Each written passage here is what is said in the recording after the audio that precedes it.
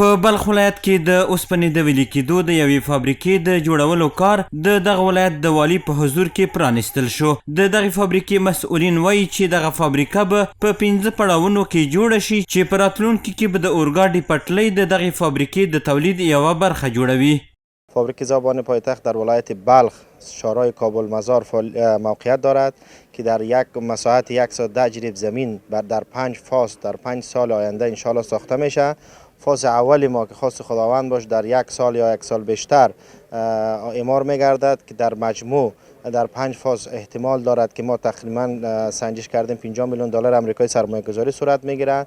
در 5 فاز از 3 تا 5 هزار تن هموطنان ما ایجاد زمینی کار برشان مستقیم ایجاد میشه و به هزاران تن دیگه غیر مستقیم. ان شاء الله که فاز اولش در 1 سال تکمیل خواهد کردیم و در این کمپلکس شما شاهد تولید انواع و اقسام فلزات خواهد داشتیم که از آهن چادر گرفته، نل آهنی، آهن ورقی، گادر، انگلارن، تیایرن و چینل.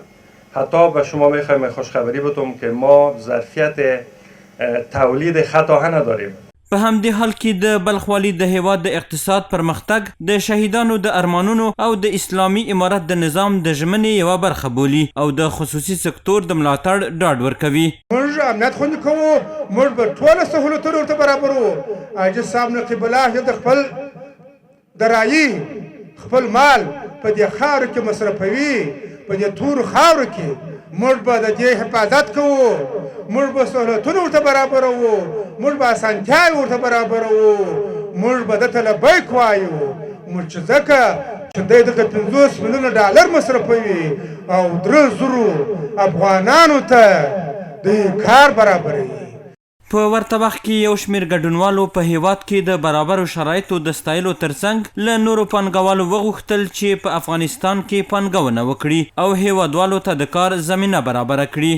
از حوالین روزهای فتح امارت اسلامی تا اکنون سکتور خصوصی افغانستان در کنار مردمشان و در کنار دولت امارت اسلامی اثبات شد که لله الحمد امروز ما دستاوردهای خوبی داریم که میتونیم بگوییم تا 3 سال دستاورد ما معادل و 30 سال دستاورد است.